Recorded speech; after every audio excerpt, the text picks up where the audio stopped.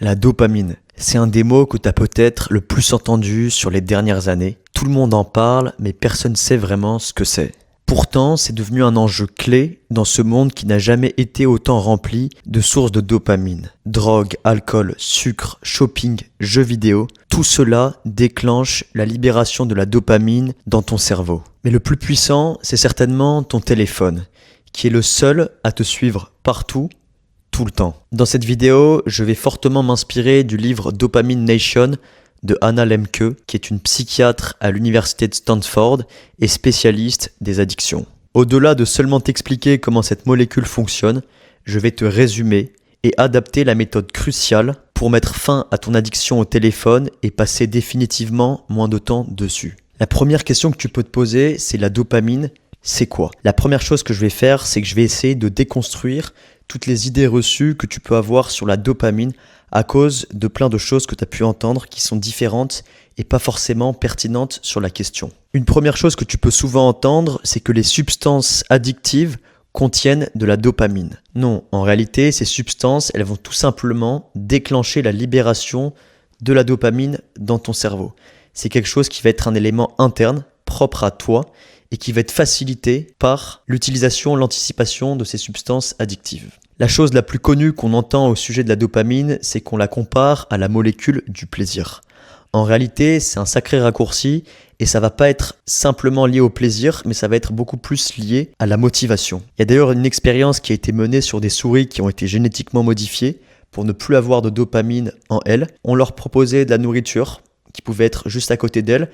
Et du fait du manque de dopamine dans leur cerveau, elles ont progressivement arrêté de se nourrir, elles ont fini par se laisser mourir de faim. Et dans la même expérience, on avait aussi donné de la nourriture directement dans la bouche des souris.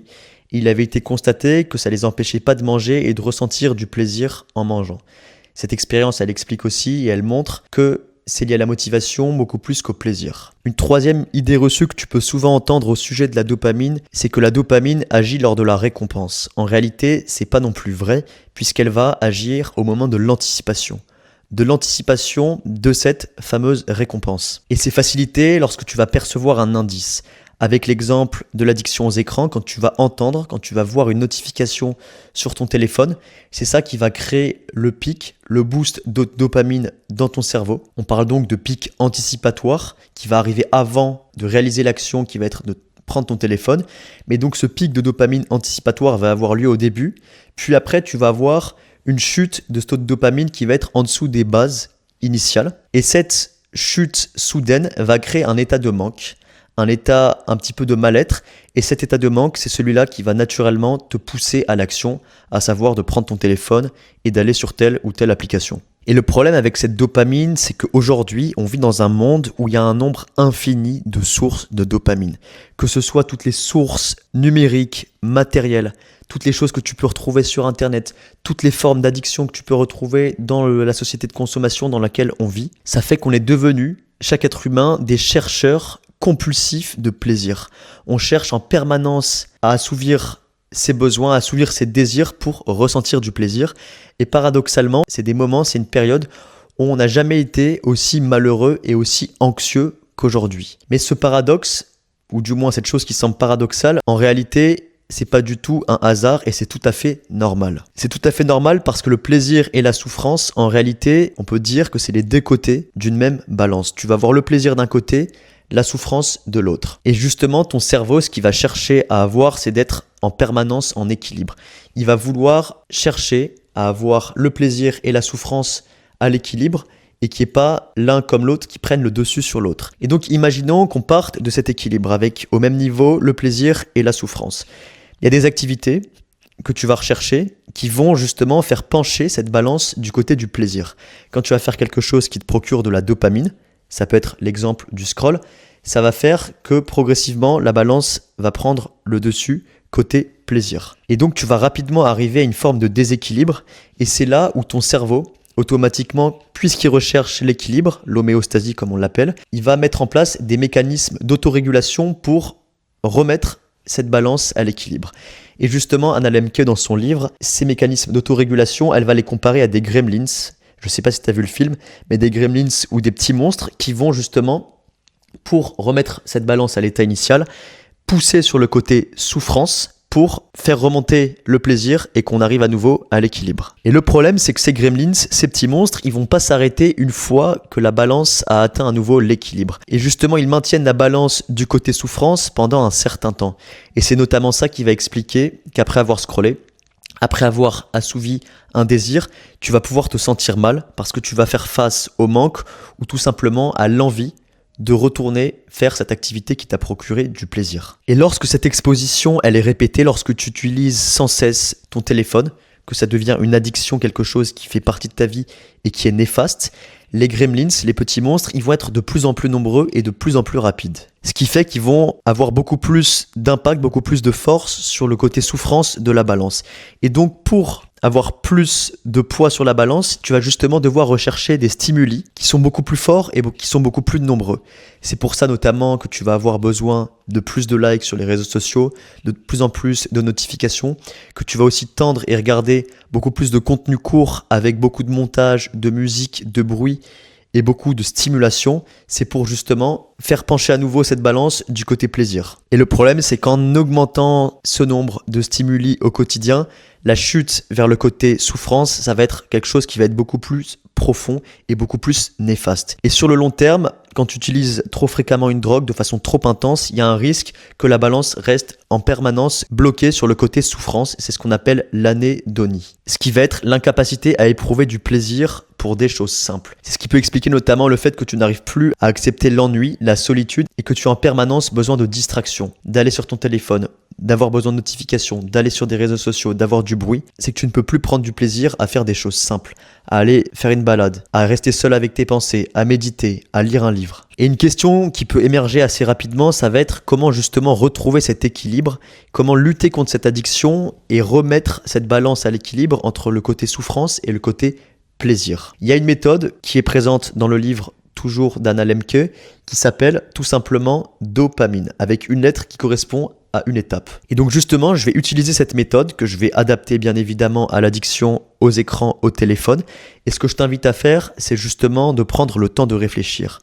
Suite aux conseils, aux recommandations que je vais te donner, essaye de prendre des notes, essaye de prendre le temps de te poser les bonnes questions, potentiellement les questions que je vais te poser, mais aussi des questions que tu pourrais imaginer qui sont en lien avec ton souci avec les écrans. Et essaye vraiment peut-être de revenir aussi sur cette vidéo en fonction des différentes étapes et de voir comment tu as pu évoluer et comment tu as pu traiter cette addiction aux écrans, au téléphone. Dans la méthode dopamine, la première lettre, le D, correspond aux données. Et ça va être la première chose que tu vas devoir mettre en place, c'est d'analyser précisément ton utilisation. Quelles applications tu utilises principalement? Quel temps d'écran tu as aujourd'hui?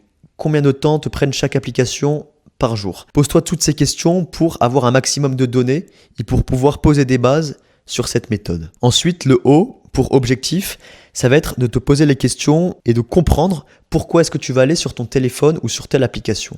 Quelles sont les raisons, les choses qui t'incitent à avoir ce comportement? Est-ce que c'est pour fuir un ennui permanent? Est-ce que c'est par anxiété sociale quand tu vas être dans un environnement potentiellement hostile, dans des transports en commun et que tu vas te réfugier sur ton téléphone pour éviter d'affronter le regard des gens? Le P, il va être en lien avec les problèmes. Tous les problèmes associés à ton addiction, associés aux écrans, associés aux réseaux sociaux.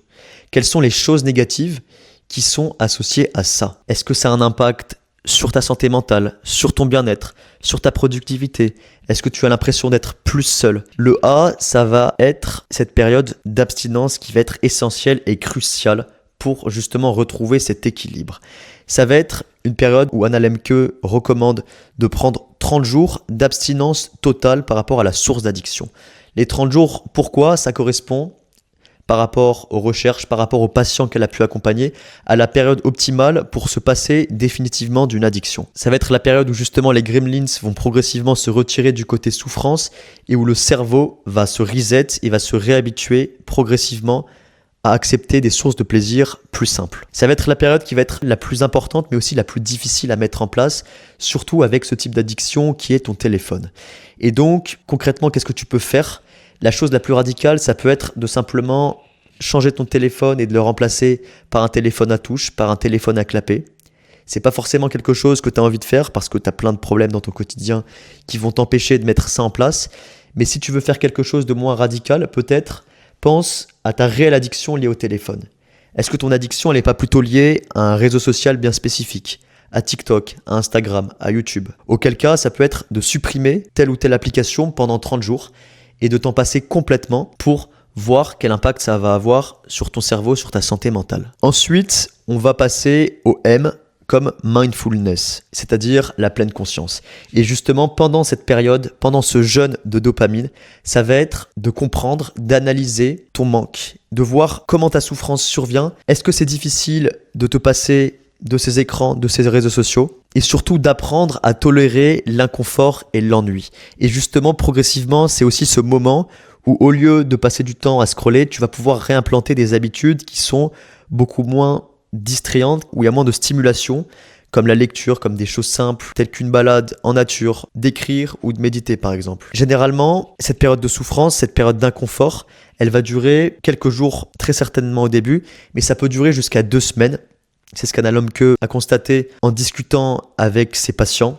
C'est que sur cette période, sur ces premières 2 semaines, tu vas généralement ressentir un certain inconfort, un certain manque lié à cette abstinence et au fait que tu te sois retiré complètement de telle ou telle addiction. Ensuite, on approche de la fin avec le N qui va correspondre à next steps, c'est-à-dire les prochaines étapes que tu vas mettre en place. Une fois que cette période de jeûne de dopamine elle est terminée, quelles sont les choses que tu vas décider de mettre en place? Quelle relation tu vas vouloir choisir de garder avec ton téléphone? Est-ce que tu vas vouloir une abstinence prolongée ou un retour à une consommation beaucoup plus modérée? En réalité, je vais être honnête avec toi, il y a de grandes chances que tu sois quand même dépendant de ton téléphone pour plein de choses dans la vie quotidienne et que tu sois donc contraint de choisir la deuxième option, à savoir d'avoir une consommation beaucoup plus modérée avec ton téléphone ou avec tel ou tel réseau social. Enfin, la dernière lettre pour finir cette méthode dopamine, ça va être le E comme expérimentation. Ça va être de tenter d'implanter dans ton quotidien des techniques, des méthodes où tu vas pouvoir expérimenter et renforcer ton nouveau comportement, ta nouvelle relation avec ton téléphone. Je te parle très très souvent de techniques, de hacks que tu peux mettre en place et c'est là où c'est vraiment secondaire, c'est-à-dire qu'une fois cette période d'abstinence terminée, ça va être le moment où tu vas pouvoir les mettre en place progressivement dans ton quotidien. Et c'est là où tu peux penser à plein de choses totalement différentes, de supprimer un réseau social bien spécifique, de couper complètement les notifications, de mettre ton téléphone en noir et blanc, de te fixer des limites de temps ou des limites d'utilisation avec des temps bien dédiés à l'utilisation de ton téléphone ou d'un réseau social. Cette période d'expérimentation, tu peux penser à plein de choses, mais des choses qui vont être utiles et qui vont te permettre de garder ce comportement durablement. Tu l'auras donc compris, comprendre, ça va être la clé pour combattre ton addiction aux écrans, au téléphone. Si tu réussis à comprendre comment fonctionne la dopamine, quel lien tu vas avoir entre le plaisir et la souffrance et surtout quelle technique, quelle méthode mettre en place pour définitivement retrouver cet équilibre, ça va te permettre de sortir progressivement de cette addiction aux écrans. Je t'ai donc donné un aperçu complet du fonctionnement de la dopamine et de son lien avec la souffrance, mais tu as aussi maintenant une méthode très concrète que tu peux mettre en place. Et c'est pour ça que je te disais, pose-toi les bonnes questions, essaye de prendre du recul, de prendre des notes sur cette méthode pour te poser les bonnes questions et savoir qu'est-ce que tu peux concrètement mettre en place. Prends donc cette vidéo au sérieux et essaye de suivre et d'appliquer cette méthode. Et si tu veux aller encore plus loin et passer à l'action plus rapidement et plus efficacement, je te mets en description un lien qui redirige vers la communauté que j'ai créée, qui est gratuite, qui s'appelle Esprit Libre, où justement ça va être aussi l'occasion de poser toutes les questions que tu vas pouvoir avoir à l'esprit à l'issue de cette vidéo et de pouvoir échanger avec moi, avec les autres membres de la communauté et pour pouvoir aller plus loin, pour définitivement changer ta relation au téléphone, aux écrans. C'est tout pour aujourd'hui et on se dit à très vite pour une nouvelle vidéo.